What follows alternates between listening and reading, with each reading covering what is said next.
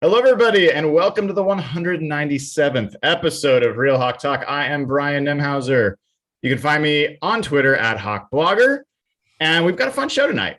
We've got a special guest, an old friend of the show. Not that he is old, but he has been a friend of the show for quite a while. And we've got two of our best co-hosts joining us, Dayna O'Gorman at Dayna OG on Twitter, and Jeff Simmons at Real Jeff Simmons.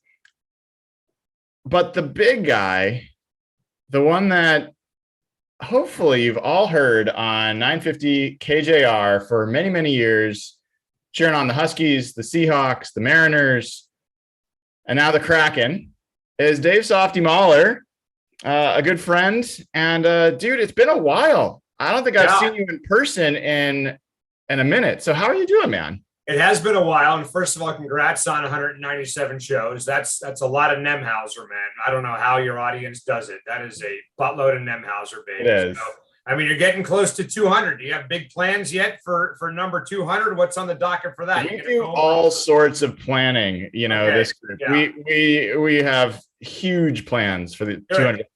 Double the plans that we had for the 100th episode, for sure. Well, I was going to say, you could just spend the whole show just going over all of Evan's stupid takes and just do the entire show for number 200 and just blow the guy up and just say the hell with it. But no, I'm kidding. I'm sorry he's not here. I was looking forward to talking to him, but great to see Dayna. Great to see Jeff. And I actually watch you guys after games. I'm that creep. I'm that weirdo that sits in bed, laying in bed at 9:30, 10 o'clock at night after a Seahawks game, because here's the problem.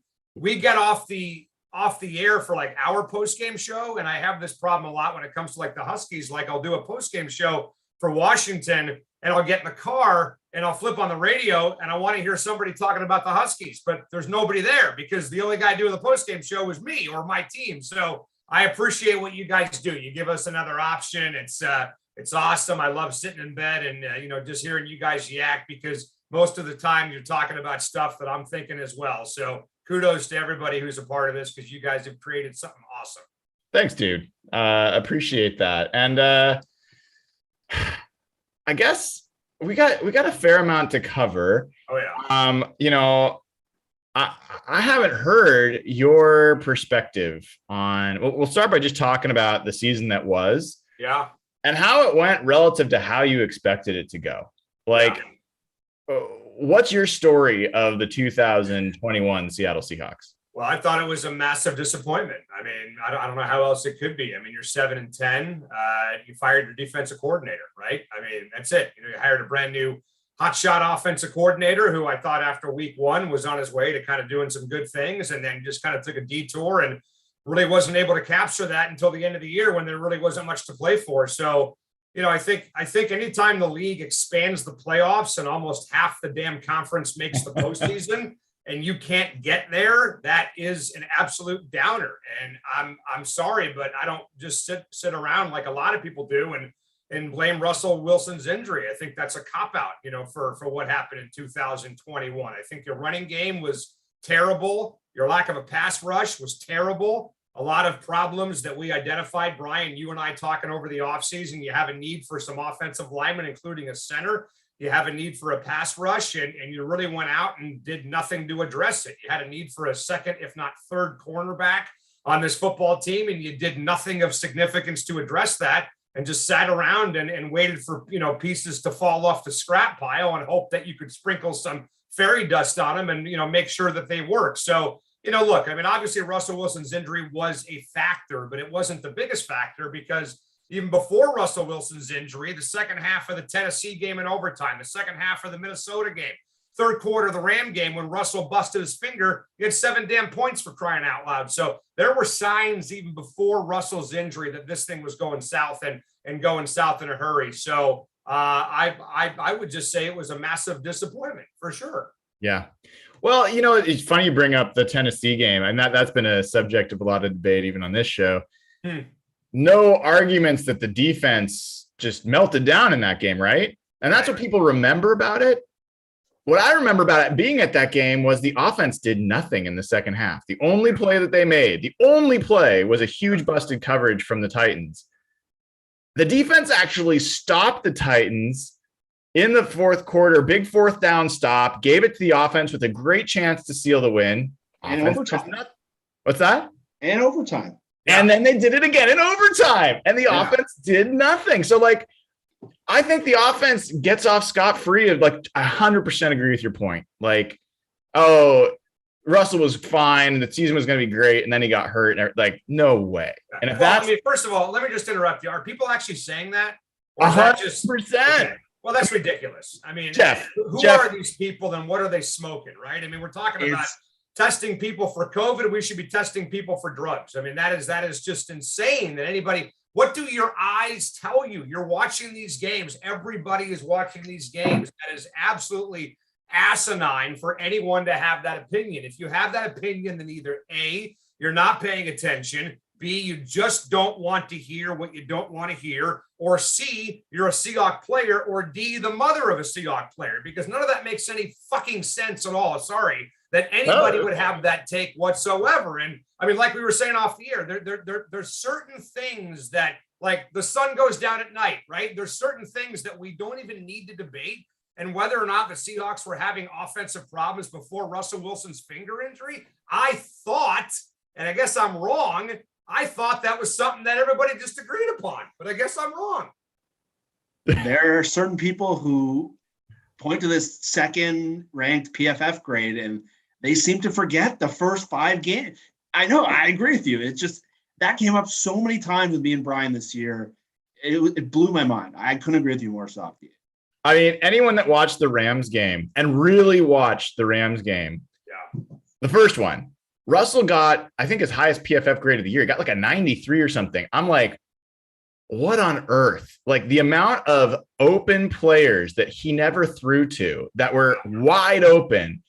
Honestly, even the play he got hurt, which you give him some, that was a tough throw to make, but there was no safety. It was cover 0. And that's a throw Russell makes every time. He hurt his hand after he made the throw. Yeah. So, like, that was a touchdown.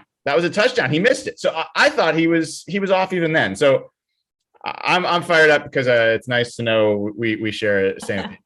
Dayna, I mean, you know how frustrating this show can be sometimes. It is true. But here's the interesting thing I find with these fans who are there. Well, first of all, they're defensive of Russ, and understandably so, right? He's their franchise quarterback. This is the first injury he's had, and there are just those people out there who truly believe he is the answer to all. Good for you. Be behind him. I'm totally sort of okay with that. You know how much I love quarterbacks. But the interesting thing is that they were all turning on Shane Waldron. So they're defending the offense, and the offense looks fine, but Shane Waldron's crap. We should get rid of him. It's like, no, pick a side, friends. You can't have both. How did you grade Shane Waldron this year, Softy? Yeah, I thought it was an incomplete. I thought it was a C at best. I mean, I'm kind of like a lot of other people in that I just wonder if Shane Waldron has a desire to really kind of grow his brand and really grow his status as a play caller in the NFL. I wonder if he's in the right place, right? I mean, I just don't know if Pete Carroll will ever allow him to become who he wants to be. Frankly, I think it's one of the reasons why Brian Schottenheimer agreed to step aside, because I think Pete Carroll has this philosophy. And I think Brian Schottenheimer has a desire, like every offensive coordinator does in the NFL, to one day be a head coach. And I think that Brian did not see a path to becoming a head coach by staying in Seattle.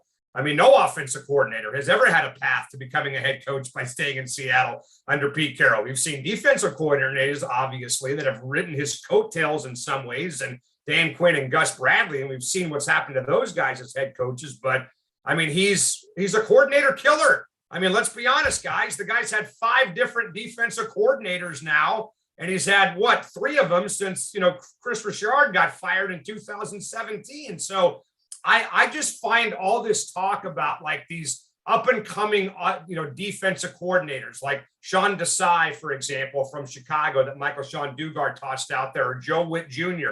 Maybe I'm wrong about this, and there certainly is a chance that I am wrong. But if I'm those guys, I'm not coming here. I want to go somewhere where I can have total autonomy and call my defense. I'm not coming here with an aging defense. A guy like a Bobby Wagner can't figure out what the hell you want to do with Jamal Adams. So maybe I'm wrong and they'll end up with a guy like that. But this has basically been, let's face it, for a long time now, a place where a lot of coordinators go to die. Let's go right there. I was going to talk about that a little bit later. I mean, that's news that even broke. I can see Dayna chomping at the. I gotta say something. Yeah, I'm sorry. I gotta say something. go So for it. here's my counter to that. All Where right. yes, I agree that I don't think coordinators come here to die. I think that might be a little harsh, but I will say that Not literally like passing away. But here's my spin on this. And I've been kind of throwing this out to the guys here every once in a while in our chat. I wonder if Seattle actually is appealing to some of those younger guys because they know Pete Carroll is only going to be here for a couple more years. And so they can see that head coach opening at the end of the tunnel. They know it's there. It's not like Belichick who just keeps, throwing Josh McDaniel to the wind. And he's like, oh yeah, someday, kid, whatever, just stay here. Or some of these other places that have brand new head coaches. If someone truly has head coach aspirations, Seattle might actually be a good place to go. And I would just say that might be totally correct, but that's a different reason to come here, right? That's a different argument. I mean, there's the argument that says, hey, I'm going to go work for Pete Carroll because Pete Carroll's system works. And Pete Carroll can put me in the best position as a mentor to be a head coach one day in the NFL. If you're just telling me, Dayna, that he's a short timer and that's why I want to go to Seattle, then great. But that's got nothing to do with Pete Carroll's coaching ability. That's got everything to do with just Pete Carroll's long-term commitment to being the head coach of the Seattle Seahawks. And how old he is. That's why I think using that logic, I could also say, hey, maybe somebody wants to go work for a guy like a Mike Tomlin who's won 3 playoff games in 11 years, and maybe he's about to be out the door. Maybe I should go take that job because he's about to be fired. So that part I totally get. If all you're looking for is the next window of opportunity, and it's in Seattle, and hell, I'm already here. I can prove my worth for a couple of years, and boom, give me the job. That's a different argument than what I'm trying to make, though. Well, I think you're both right, and I don't know. I don't know that the Tomlin one's a good. You're talking about some guy getting fired, but Dayna's talking about, and I actually think Dayna's right, and Softy, you're mostly wrong here. Is that look? For the last 10 years, you are right, Softy. I don't think this is a place to come and have a chance to be a head coach, like at least within the Seattle organization. But Pete, I don't think is going to coach past this contract. And if you come in and you're a Sean Desai, or is it Desai? I don't know. Maybe 38 years old, up and comer, and you get the chance. Like, there's nobody else on this staff. Shane Waldron, that is not a head coach. You cannot convince me that guy's a head coach. Yeah. Desai has what seems to be head coach capability, like personality, dynamic, like whatever. 3 years, do your time, and then you're going to take over. It's a transition. It is more like Jim Mora Jr. for Mike Holmgren back in the day. But I think in this case, could be someone, if they hire the right guy, could be someone great, unlike how that turned out. But that, again, that's talking about taking advantage of somebody's lack of longevity. Yes. Right. I'm talking about a guy putting you in the best position to have success so you can flourish and move on and one day become a head coach. But if you're just simply looking for an opening, then that's great. The coach in waiting thing doesn't really seem to work very often in the NFL or in college football. So, somebody texted the show today and said, what about Dan Quinn as the coach in waiting? Well, why would Dan Quinn do that? Dan Quinn could be a head coach tomorrow in the National Football League. Why would he come to Seattle, be your defensive coordinator, and then wait 4 years for Pete Carroll to quit? That makes no sense. I think I can spin this a different way, and where you both might be wrong. Number one, I think part of the problem that Softy's talking about is I don't think Pete's doing a good enough job hiring people. Totally agree. And I think that's been my biggest criticism of him. I said it all year. Even if Pete got fired, I know there's probably people calling to your show. Who the hell would have been the head coach on their staff? Nobody. Ken Norton, Mike Solari. I don't think they had an interim coach on their staff. So I agree with Softy that they're coming to die because, frankly, they haven't had good enough candidates both on offense and on defense. And totally right. In terms of the successor thing, I hate that idea. I think it's an awful idea. And I'll tell you why. If you're going to hire, say, a defensive coordinator, your only options to hire a defensive coordinator are either fired head coaches, defensive coordinators who come under contract, and then a position coach who can get an upgrade. Yeah. So you're really limiting the scope of who you would be hiring. If you're hiring a head coach, you get every head coach who's fired, every offensive coordinator, every defensive coordinator, So this coach in waiting thing to me is a terrible idea. Well, wait. Yeah. I think we're talking about different things. I think I'm so just too. saying. So you just said, you started with I think making the point here, Jeff, which is there's nobody on Pete's staff who's head coach material. No, not Bad. even. So bringing someone aboard who has head coach potential is good. I don't head coach and waiting stuff. That's not what I'm talking about. I know, but you're always pushing for some successor. I don't want that. Mm-hmm. You've been pushing for it. You just said that. You just said there's nobody on staff who could step up. Like, No, I'm just saying that's how Right, bad his though. staff is. The problem is, guys, the problem with the head coach in waiting, just to kind of divert for a second here, is if you hire a head coach in waiting right now, then you are in essence being willing to say no to every other candidate that comes That's what I'm available saying. yes. in the next 3 or 4 years, which is ridiculous for anyone to sit there and say, I know what the market's going to look like. I know what the candidates will be. Like, for example, let's say the Hawks 3 years ago hired Dan Quinn after he got fired by Atlanta to be their head coach in waiting. They would have been saying no to Zach Taylor, Brandon Staley, every other up-and-coming head coach in football. They would have said, no, we're good because we already have our guy, which is crazy. But I think Jeff is exactly right that we talk about like Paul Allen, Jody Allen, whatever, the billions of dollars these people have. You want the best roster. You want the best free agents, blah, blah, blah. They also should have the best coaching staff in the National Football League. There's no salary cap on the NFL. I have no problem bringing in head coaches, but like Vic Fangio, for example, Brian, would be unbelievable as the defensive coordinator in Seattle. He's not a head coach because the guy's 97 damn years old, but he would be unbelievable for this football team as a defensive coordinator. But what's one thing Pete Carroll doesn't do? He doesn't hire ex-head coaches on his staff. Unless your name's Tom Cable, he's the only ex-head coach he's ever hired. So I don't know if it's an ego play or if he's, got some nerves or whatever. Maybe he feels intimidated, but I think it's time for Pete Carroll to start actually putting together a staff of quality, proven guys and not continue to take chances on unproven guys and his kids. That's what this staff in a lot of ways has turned into, a bunch of unproven people and members of the Carroll family. It's ridiculous. And it's interesting you guys talk about his hiring, which I think we've all agreed it has not been good. Who's that again? Pete has not been good okay, at hiring gotcha, assistants. right. I think we all agree on that. And then you compare that to how they go after undrafted free agents and the way they recruit, right? And it feels different. It doesn't feel like, at least in the past, that they, like 2017, it was like they brought Ken Norton aboard like that. It didn't feel like they cast a wide net. Schottenheimer, I felt like they just picked him up within a week or so. It does feel different with what happened last year on the OC side. They did talk to a number of different people, and it does feel different. I think we all initially felt like, God dang it, they're just going to look internal, and they're going to talk to one guy that Pete's had a lot of history with, and Ed Donatel, and they're going to call it good. And we all were just a little dejected about that, right? But now it is good to hear about Sean Desai. It's good to hear about Joe Witt Jr., and guys that are not from Pete's tree. Like, I think, Jeff, you and I talked about this. Like, it was energizing to hear that last night, right?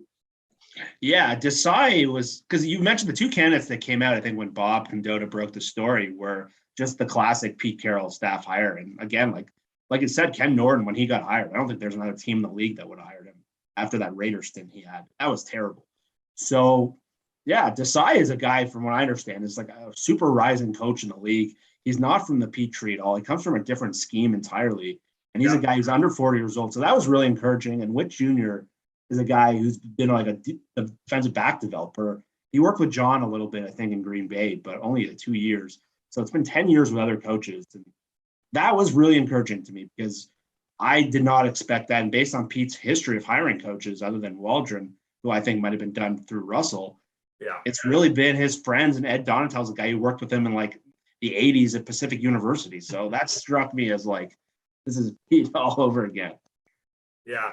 Well, the Ed Donatel thing for me, I mean, I don't know. I just think if you're the defensive coordinator of the college football team in town and you don't win a game, that should preclude you from ever getting to call a game again in Seattle as a defensive coordinator. So he wants to come here and be an intern. He wants to come in here and be a quality control guy and work his way back up, then that's fine. But I still have scars from that 2008 Husky football team with Ed Donatel as our defensive coordinator when the Huskies went 0-12. So very bad memories there. I mean, Joe Witt, It sounds like Joe Wade is being recommended by Dan Quinn, right? Who obviously Pete has a ton of respect for. But I mean, look, guys, I mean, the Cowboys led the league in picks and the Hawks had 11 or whatever. They had almost 3 times as many interceptions as the Seahawks did. They had 5 defensive backs that had 2 or more interceptions. And that's because they have talent at that position. And I don't care who you hire. I don't care if you hire, a clone of Pete Carroll. They need to do better on draft day. Kevin Harlan has been on my show every week for the past 12 years. And the last 2 months, he's made the same comment. He's seen this team play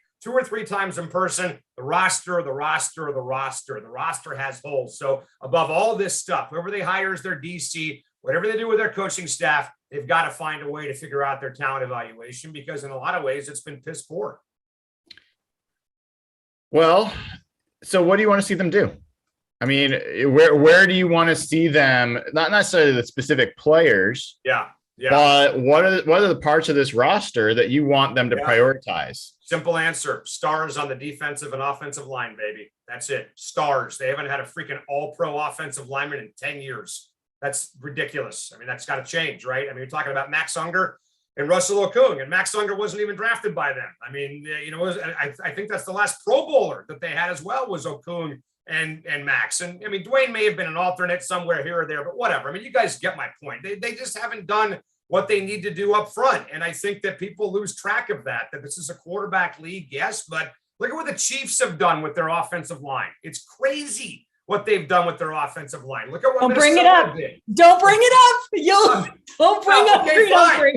But look at what they've done. Look at what Minnesota did even a couple years ago. Went from one of the worst rushing teams in the NFL to one of the best. I think that was the year they had the Minnesota Miracle, went to the second round of the playoffs. So I just simply put, Brian, you asked the question, I'll give you an answer. From a view from 40,000 feet, I need impact players on the offensive and defensive line, and they don't have nearly enough of those guys right now, if any at all.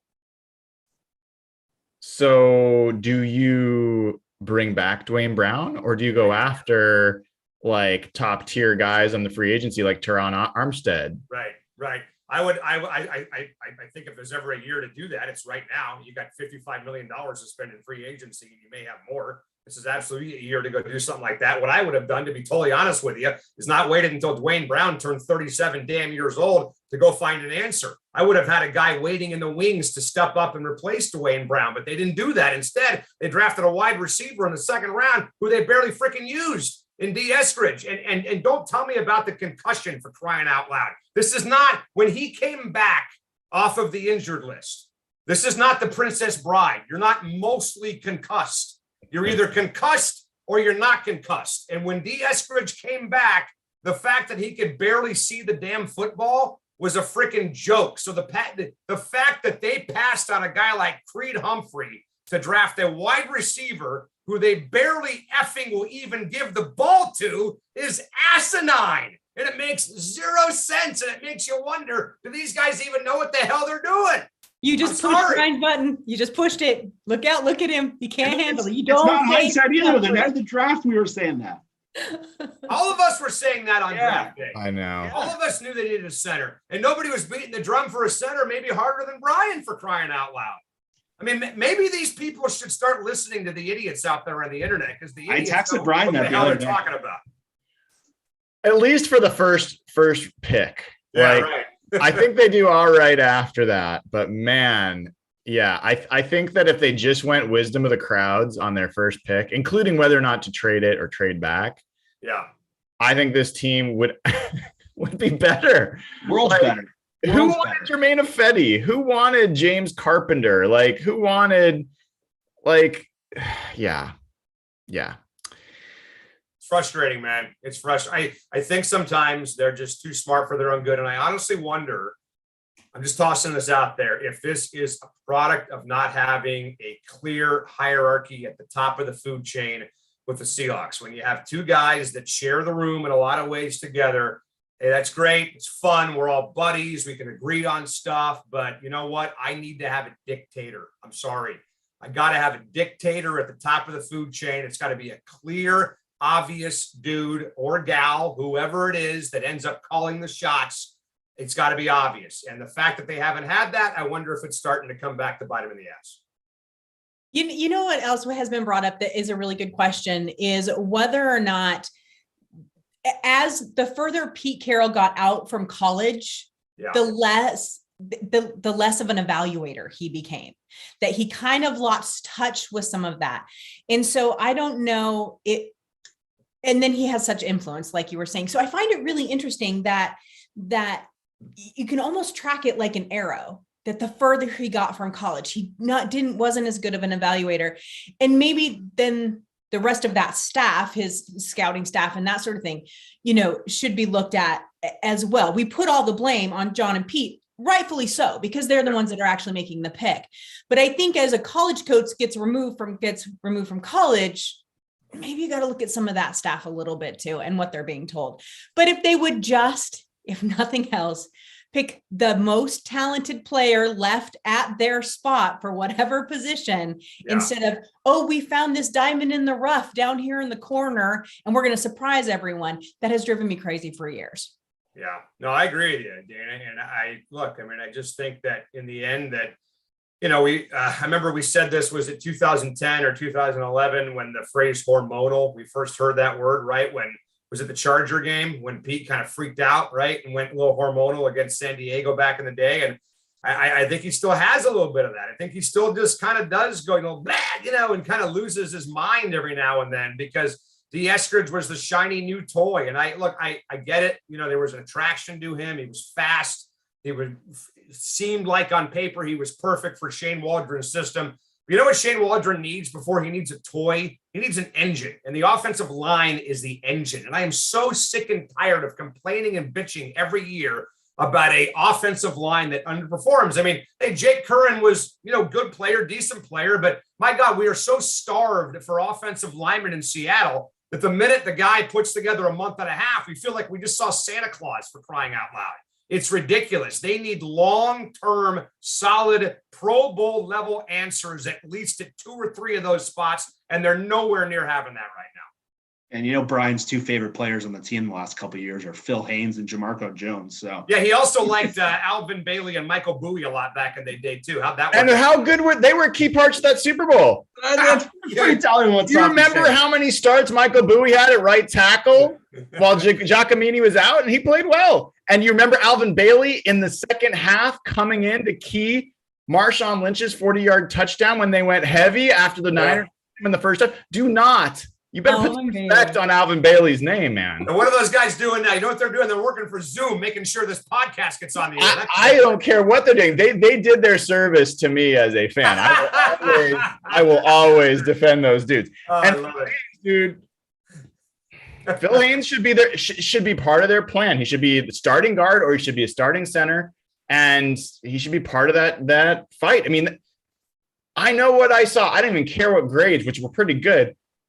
The guy run blocks and pass blocks better than any of the guys I've seen. Like the 2 games he put together were better than any of the games I saw from the other players all season. So that's enough for me. Get the guy in there. And it's just a joke. People say he was injured. Yes, he was injured early. He's been available for a long time, and they just didn't use him. So we've seen that time and again, Softy, this thing at the end of the year where they'll say, I don't know why Frank Clark didn't play more. We'll make sure and do that next year. Like, what the fuck? Like, play the good players. Oh, yeah, well, Sidney Jones, he's pretty good. Trey Flowers, we just really wanted to see what why? Like, stop making stupid it's not even Kyle Fuller. Get good guys on a roster. That's hard enough. But then once you have good players, pick the best players to play the game. Like, I think it's pretty simple, man. This doesn't have to be hard. I mean, you're talking about just getting the best players on the field. That's it. And we had the same problem with Ryan Neal. Oh man, look at Ryan Neal. Ryan Neal can play. Well, no shit, he can play. We saw that last year. So what are you doing? Find a way to get him on the field. That might mean moving Jamal Adams to a different spot. I mean, hell, guys, Lawyer Malloy was on my show like a month ago, and he's endorsing Jamal Adams playing linebacker. He's a second level player. He's not a safety. He even said on the air that if he continues to play that spot, he's not going to be long for the NFL. I mean, I don't know what you guys think. I feel like I'm going to stir the pot here a little bit. I can see everybody's antennas going up here, and we're about to get busy here on the podcast talking about Jamal Adams. But I mean, I don't know. I think it's been a disaster so far. I mean, yeah, he had the great year a year ago, but that's not what you're looking for. You're looking for 5, 6, 7 years of, Pro Bowl caliber play out of Jamal Adams. And I would just ask you this, if they had waited until now to extend Jamal Adams, would you give him the same contract today that they gave him last offseason? Oh, no. Not even close. No, I don't know if you'd give him half. And you'd walk away. Half, Jeff. No, I think Jeff's right. I think if he had free agency right now with 2 shoulder injuries in a row, his performance, and I don't think he's getting half what he got. Yeah. Well, Randy Mueller told me even before the season started, okay, so this is coming off of the sack record. If they wanted to move on from him and did not want to extend him, he thought the best they could do was get a 2nd-round pick.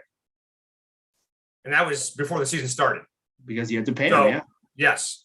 And he's a one-trick pony. And the reason why you signed him was because partly, do not tell me that Pete Carroll did not extend him, mostly because of the sack record. So he gets the sack record, and then they don't let him rush the quarterback.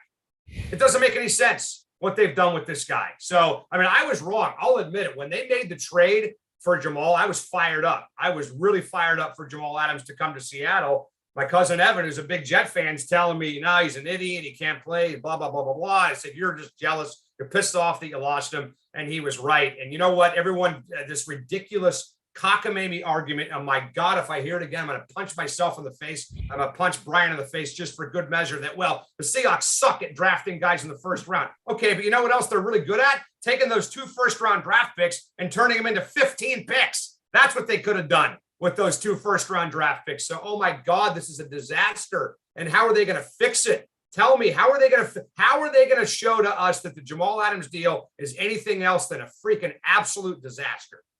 Should be the first question in every defensive coordinator interview.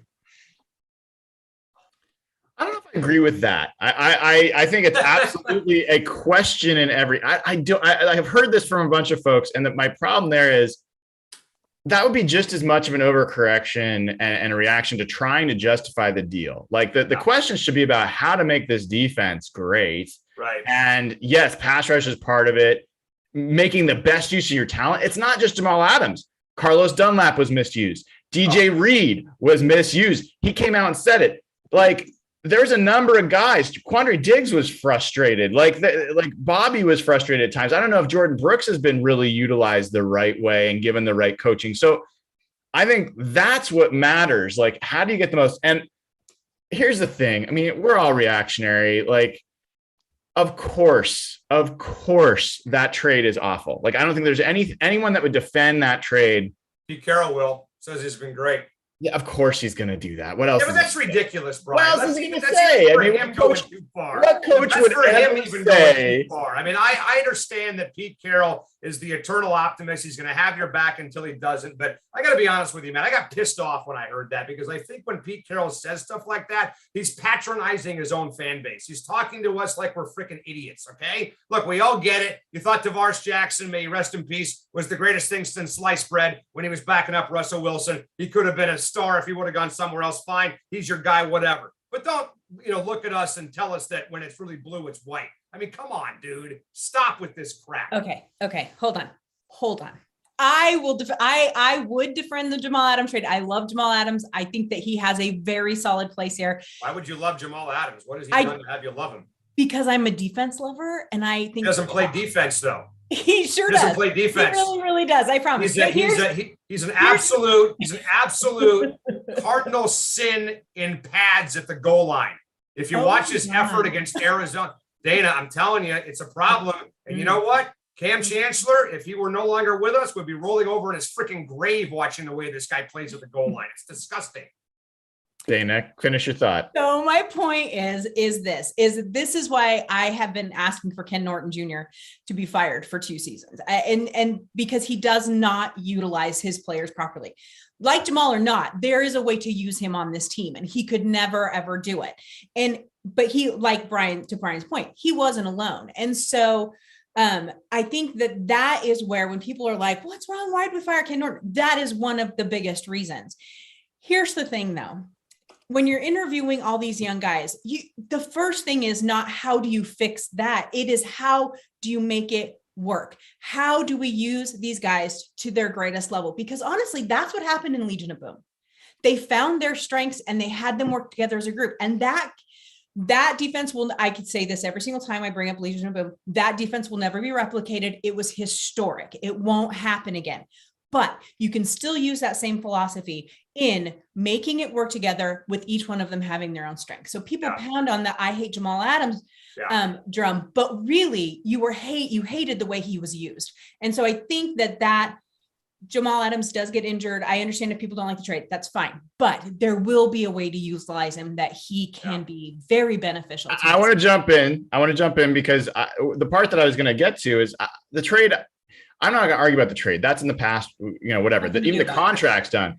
But this idea that Jamal Adams is not a good football player, I think is asinine. Like Jamal, or that he's a one-trick pony. Jamal Adams was not a one-trick pony in New York. He was an excellent in-the-box safety. He was actually excellent in coverage most years that he was there. It just was used very differently than how he's used here. He's in a scheme that does not fit him. And he's not a classic safety. Like nobody would say that about him. Yeah. He was a all-pro player, not a Pro Bowl player, an all-pro player, one of the best players in football. And he's not been close to that. So I don't think people just stop being an all-pro player. I think last year they got him late, almost right before the season. There was almost no preseason with COVID and all that stuff. The only way they admitted it, the only thing they knew how to do with him is blitz him. They just didn't know him. This year, for whatever reason, they came back and they're like, don't want to do that. We're going to prove that he can be used a different way. It was a horrible plan. That's coaching. That is 100% coaching. So Dayna mentioned Ken Norton, but this is not the first time this has happened. So when does this not become a Pete problem? Because they got Jimmy Graham and they had him blocking an inline tight end. And Percy Harvin, they figured out he could run that fly sweep. They had no idea how to use him either. So that's three players they've traded mega compensation for, three pretty unique players and they haven't been able to use any of them. I agree with that. I agree with that statement. It's not all on Ken. Ken just drove me crazy. Yeah, but yes, it's not all. It's a pattern of a decade now of trading for these guys and having no plan how to use them and firing people because they couldn't use them. So there's two things here, Softy, right? One, stop trading first round picks for stars from other teams. It's never worked for the Seahawks, and certainly don't use it to trade for players that are not offensive linemen, that are all pro level offensive linemen, or defensive linemen that are all pro. Maybe a corner, but other than those three positions, don't do it. Don't do it. That's one. And two, Jamal Adams is a better player than we've seen. I just think that the idea that he is just, a lost cause and that he's just a meme now, like everybody jokes about him.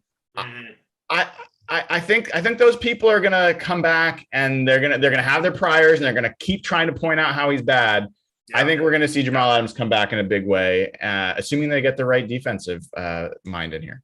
Well, I hope so. I think we're all rooting for that, right? To not root for that would be ridiculous because they got the guy for 4 more years. So if that doesn't happen, then the franchise is going to be in real trouble with his salary, and they would have to in the next couple of years or so literally think about a $16 million dead cap number to walk away from his contract at the very minimum, right? Or maximum. Sorry. So the longer they wait, obviously the smaller that number gets. But I just think this about Jamal Adams.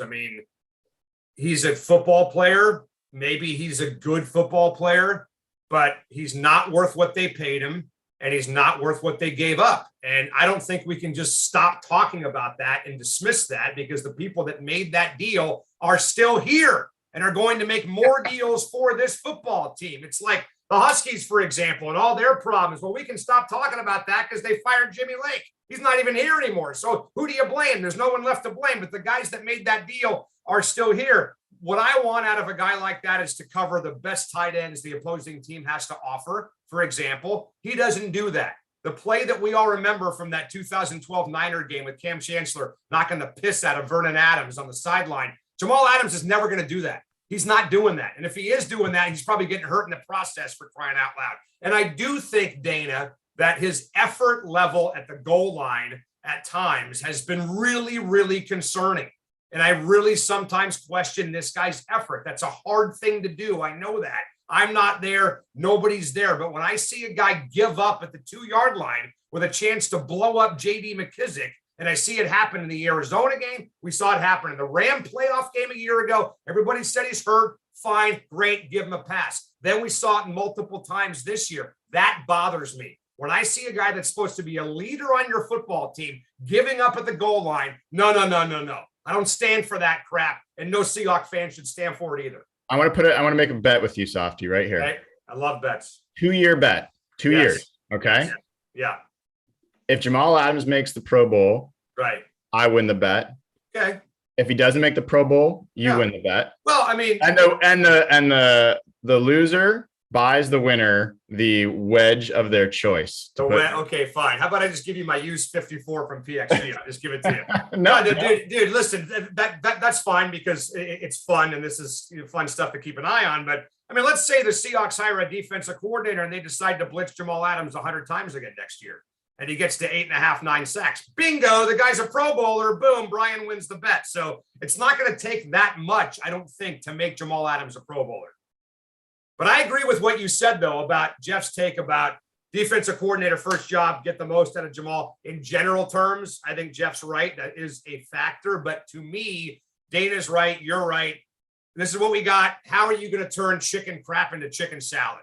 That's number one. And then number two, what does Pete like to do? He likes to take the ball away. He likes to get turnovers and give his offense short fields. They're not doing that. They've gotten progressively worse in the last 3 years when it comes to turnovers and takeaways. And one more point on Dayna's point about not using the players right. That's the problem. We don't know what's going on behind the scenes. For all we know, Dayna, Ken Norton Jr. wanted to use Jamal Adams in a different way. And Pete Carroll said, no, I have no idea what's going on behind the scenes. Yeah. That's why I find that Bears guy really intriguing, because they lost Khalil Mack this year. They lost Akeem Hicks this year. Yeah. And Robert Quinn had a career year. I think he had 18 sacks. So they got the most out of a guy who had a real down year last year. Roquan Smith had the best year of his career this year. And they had more turnovers than Seattle did with a pretty banged up team. So I think that really speaks to what this team just hasn't been able to do for quite a while now. So, Softy, Pete and John are staying. Do you think that was a good choice? Yeah, I do. I think that they deserve to, if they're really done, then they deserve to show us that they're really done. And I need to see that over a couple of years, right? When you're going 2-3 years of the same nonsense and you can't get out of your own way and you can't figure out a way to take advantage of half the league making the playoffs, then I think at that point you kind of have a feeling, because I tend to kind of compare, Brian, firing a coach like Pete Carroll or a GM like John Schneider to a first team all conference player in college football taking off for the NFL. Hey, once you leave, it's done, right? Like once you fire Pete and John, it's over. You can wait a year and fire Pete and John and then do it next year. And all you've lost is time. All you've lost is the 1 year where you maybe could have hired somebody else. So I think you really have to make sure that this thing isn't working. Maybe you change the structure of the front office. Dick Fain mentioned a couple months ago that maybe it's time to let John have more power. And then all of a sudden, boom, Jeremy Fowler writes a story where some folks are talking about that exact same thing. So I got no problem with those guys coming back for at least one more year. But I do think, for lack of a better term, it's kind of time to shit or get off the pot for these guys. Yep. Okay. Do you think that they should keep or trade Russ? If Russell wants to be here, I would keep him. I think Russell Wilson's future is entirely dictated by him. I think a lot of people that say that the Seahawks hold all the cards, that they could franchise him for 3 more years after his 2 years are up, is ridiculous. Because if Russell Wilson doesn't want to be here, then they're not going to keep him in Seattle, because that's not productive for anybody. And I think Russell Wilson needs to figure that out. Does he really want to be here in Seattle? And I think, all this talk about, this could have been my last game in Seattle, but I know it's not my last game in the NFL. All this talk about it being media driven, I think, is a joke. I think it's nonsense. I think Russell Wilson has done a terrible job of squashing all of this. He's done a great job of leaving the door open for people like us to speculate on all of that. I mean, the idea that everything's hunky-dory is ridiculous. I mean, I asked him last year at the press conference, man, why did you allow this stuff to fester for 3-4 months and not say anything to squash it. And he said, because sometimes things are left better said behind closed doors with family, which means that we're not getting along, which means we have problems. We don't want to air our dirty laundry. So nobody was talking about Brian guys trading Russell Wilson 3 years ago. And then he goes on Dan Patrick and boom, the whole world lights on fire. So you want to blame anybody for all this talk about Russell Wilson? Blame him. Yeah. Jeff and Dayna, I think we'll take some Patreon questions if you guys are okay. And if you have anything you want to add, feel free. But if folks haven't already, please give the show a like, thumbs up, and subscribe. Click the bell to get notified. And go over to patreon.com/hawkblogger. Join up, get immediate access to the Slack channel. There's been a lot of great conversations, a lot of information shared around the defense coordinator candidates and other things as we go. And you get a chance to ask some questions that we try to answer on the pod every week. So first question comes from DJ Burnett. Softy, I'm going to give this one to you. Okay. Why did the Seahawks wait to fire Ken Norton Jr. until after this season when the defense was much worse, at least to the eye test, than the previous? Sorry. I think what he means to say is, why did they fire him this season after the defense was better than it had been maybe after the previous two? Because I'll just say quickly, because I think in Pete Carroll's mind, the defense wasn't better, right? I mean, they relied on red zone defense to be great and be the 11th best scoring defense in the NFL. And that is not sustainable. I mean, we just talked about how they're getting progressively worse. They've gone from 32 takeaways in 2019 to 18 in 2021. That is a stain on Pete Carroll's resume as the coach of the Seahawks when he can say he was the head coach of a football team that had the fewest takeaways in franchise history. So, yeah, the scoring defense says they were better, but that's not what Pete Carroll looks at. Pete Carroll looks at getting off the field. Pete Carroll looks at giving his offense short fields. The Seahawks were 31st in the NFL in time of possession on defense, and they had 18 damn takeaways, okay? That's a problem if you're trying to run the kind of offense that Pete Carroll likes to run. So I would disagree with the texter there. I think Pete Carroll thinks the defense actually got worse this year. Agreed. I think I'm looking at these other questions. I think we've covered all of these already. There's questions about whether we should look at this as a succession plan. I think we talked about that earlier. Questions about what we know about Clint Hurt and Donatel. We've talked about those guys last night as well as now. So I think one of my next questions, Softy, and then Dayna, Jeff, you have closing questions, feel free after this one. So Softy, you said offensive line, defensive line priorities, right? That makes sense. Stars. Yep. Stars. But let's say you only get to have one blue chip. Let's say it's Chandler Jones or Teron Armstead as one choice. Offensive line, defensive line. Right. Where do you put more emphasis? I go offensive line with the emphasis, to be honest with you. I mean, I just think Pete Carroll has shown his true colors on what he wants to be as a head coach and what he wants to be as an offense. And it's not throwing the ball 50 times a game and taking chances and taking risks and being innovative and blah, blah, blah. I mean, he may be a little more innovative than he's been. I will give him that. But I still think Pete Carroll is a guy that wants to dominate the clock and run the damn football and minimize risk. And I think to do that, you have to have a phenomenal offensive line. And they don't have that right now. I mean, as Dayna said, there's players on that defense where given the right coaching staff and the right chess pieces, they can put in position to get after the quarterback. I mean, bring back Rasheem Green. Darrell Taylor is a star in the making. Maybe get a little more out of Alton Robinson, guys like that. Jordan Brooks had just as many TFLs as Chase Young did when he was at Texas Tech. Let's start using him as a guy that can get in the backfield maybe a little bit more often. So I think there's pieces on defense that can get after the quarterback. I don't think there's pieces on the offense that can make that line better. They have to bring in new faces. Dayna, any questions you've got? I do. I want to talk to you about DK for a minute. So DK is coming up here pretty soon on a contract. This season, I kind of think this season was an anomaly for him just because Russ was not Russ and came back way too soon. What with looking at him, do you keep him? How much do you pay him? Do you let him go? Well, I saw a rumor on the heavy that the Jets are going after him. Did you guys see that too? From 4 or 5 days ago. I have no idea where that came from. Somebody threw out the idea that DK Metcalf is all of a sudden available. And that reeks of something that his agent would throw out there, to be totally honest with you, to drive up the price in Seattle. Hey, man, you're coming up on year 4 of your contract, and this is typically when teams would extend you over the offseason. Boom, all of a sudden there's teams involved, and you're available. So that was way too convenient for me. But Dayna, I mean, look, I think it's a major conundrum because I think DK Metcalf is going to want to be paid as the highest wide receiver in the history of the NFL. I mean, whether Devontae Adams goes first or Devontae Adams goes second, he's going to want to be right there in that category. And I just don't know in this system if he's worth that kind of money. If you're going to go out and sign a Ferrari, then you better have a place to drive it. You better be able to get that car on the open road and be pushing 180 miles an hour, meaning you're going to bring back DK Metcalf at $20+ million a year, then he's got to be better than like 25th in targets in the NFL. He's got to get the football. And part of that means Russell Wilson trusting him. DK Metcalf, how many times did we see DK Metcalf one-on-one and he's not getting the ball, slant routes, out routes, whatever. You want to just say the hell with the deep ball because there's a safety over the top. I totally get it. But DK Metcalf with a guy playing 5-6 yards and press bail, whatever, off the line of scrimmage, that's not covered. There's nobody in the NFL that can cover DK Metcalf one-on-one. Nobody in the NFL can do that. Not at his height and not at his size. So part of the problem is Russell Wilson, I agree with you, trusting this guy. He's obviously not there yet. Mm-hmm.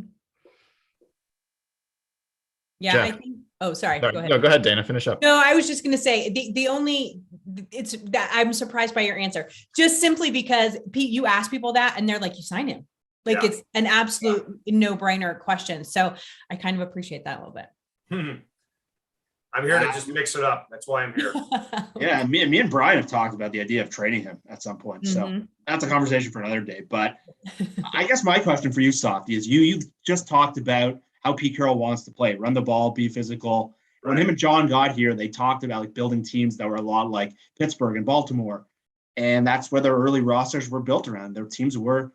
So as you've talked about how Pete wants to play, why have their roster decisions in the draft and free agency not reflected a team that's built to play like that?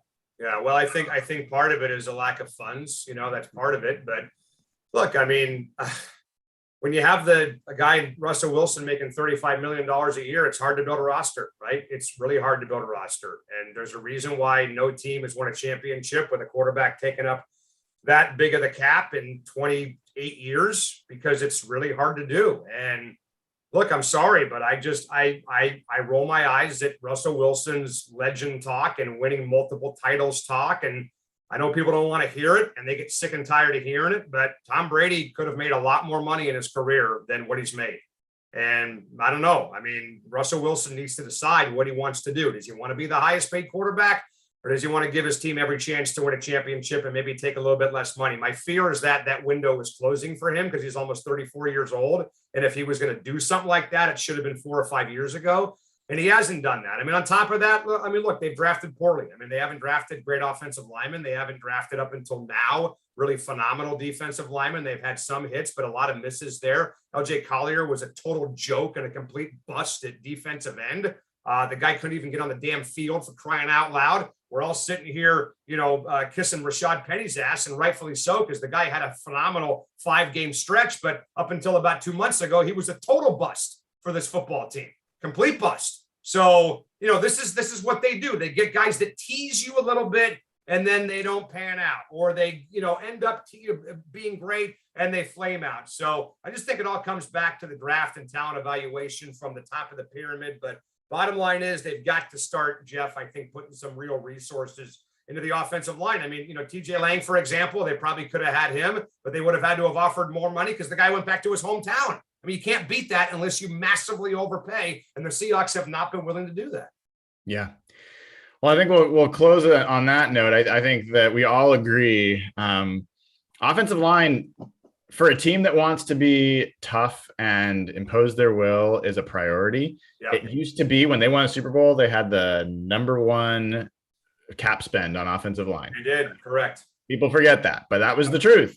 Yep. And they had 2 Pro Bowlers on that offensive line in Unger and Okung, and they just They have not drafted well at that position. They have not invested well. And I don't think it's money, because they've spent money, but they don't spend it on top tier guys. And we've bemoaned this point. There've been a number of really good offensive linemen, and the Seahawks just try to bargain shop. And that's my one. If there's one hope, like more than even the pass rush, which I hope that they go after. There's some good pass rushers available in free agency. I hope that they really look at it and say, no, we're not going to go cheap on offensive line. The one guy we paid in the last 5 years was Dwayne Brown. He's the only one that's been good.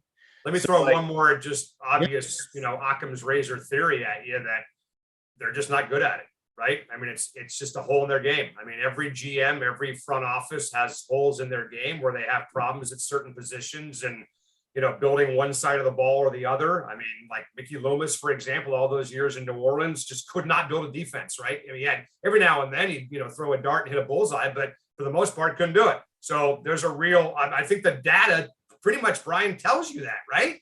That it's just a massive hole in Pete Carroll and John Schneider's game that for whatever reason, they cannot build an offensive lineman. And when they're allowing Tom Cable to come in here and draft defensive linemen to turn into offensive linemen, which worked maybe with J.R. Sweezy, but I mean, did it really? I mean, he was good, but he wasn't a star. Christian Sicoli, for crying out loud. That's desperation. I'm sorry. This is the NFL. It's not a freaking circus. Is it desperation or is it arrogance? I mean, I think that's where it's both. I think it's both. I think they think they're smarter than the rest of the league. And it's desperation on the Hawks' part when they are so desperate for offensive linemen. They're willing to let an offensive line coach talk them into drafting D linemen and turn him into offensive linemen. No, you draft offensive linemen to be offensive linemen. That's it. That's all. So I think it's just a hole in their game, dude. I don't disagree. I think we all agree. That is my one hope of what if I was Jody Allen in that meeting that happened last week, that would be the thing I would be absolutely stressing. Like, you've got a ancient left tackle, you've got a mediocre at best center, you've got a rookie undrafted free agent at right tackle that looked okay, but are you going to just go with him? Like, what is your plan? And are you going to spend there? Are you going to ensure, like, what are you going to do? Not to take a chance and hope that it works out, not even in the draft. Yeah. What are you going to do to be absolutely sure you've got top shelf talent? Because you've got 3 potential openings on the line going into this year. Yep. And if you just bring those guys back, I think that right there caps the ceiling of what this team can be. So I just real quick, because I brought this up earlier and I got a bunch of eye rolls when I mentioned what Kansas City did with their offensive line. Like, what's the story there? We did a live draft reaction show. We do that every year. And I was banging the table for Creed Humphrey. When they drafted D. Eskridge, I gave it an F. And everyone was like, oh my God, what an asshole. And I said, that's true. I think that they're going to pass on an offensive lineman that could have been a starter and a Pro Bowler for a decade. Yeah. For a guy that's a third receiver. And I think they're always going to regret that. I think you never go small when you can get someone big to fill that spot. And I hope to God I was wrong. And I've been wrong about a lot of things, but I was spot on when it came to that one. Yeah, so far you're right. No question. Okay, I know we kept you longer than your lovely wife was hoping for. We are deeply appreciative of your time after a day of talking all on the radio. You're going to be talking to Coach tomorrow, right? Coach Holmgren. Yeah, Mike's on tomorrow. Yep. People should absolutely tune in 950 KJR and in the afternoons, Dave Softy Mahler. And you can find him on Twitter at Softy KJR. Dave, I hope I would love it to hear you ask Coach about the 2002 season, the end of that season, and the parallels to this season. I think that there's a lot, and I'd be really interested to hear his perspective about how those two compare. But I'll bring it up. Yeah, go on. Thank you for coming on. Thanks everyone for listening. And we will be back next week with more talk on the offseason. We'll start going after what free agents are available, what we want to prioritize. We'll talk about that. We might have a defensive coordinator hire to talk about, and we'll get into that as soon as it happens. And thanks as always to Dayna O'Gorman at Dayna OG and Jeff Simmons at Real Jeff Simmons, who are on much later time zones and are gracing us with their presence. So we really appreciate it. Until next time, take care. Go Hawks. Patreon.com/Hawkblogger.